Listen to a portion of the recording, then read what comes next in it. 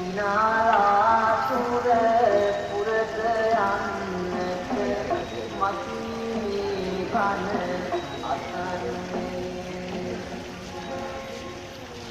අඳාලා කම්පාවෙන් උන්නත් නැවත දැකීමක් නොවේ ඉප අදාගෙන පිනක් නොකරන සම්පත් රැස් කොට සබන්නේ කුමකද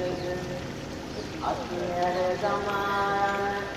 උණු සිවුර නිසා සැප විඳින්නේ කුමකද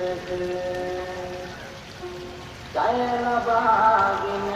සිවුරු යාමට මා කියූ මේ බණ ඇසිය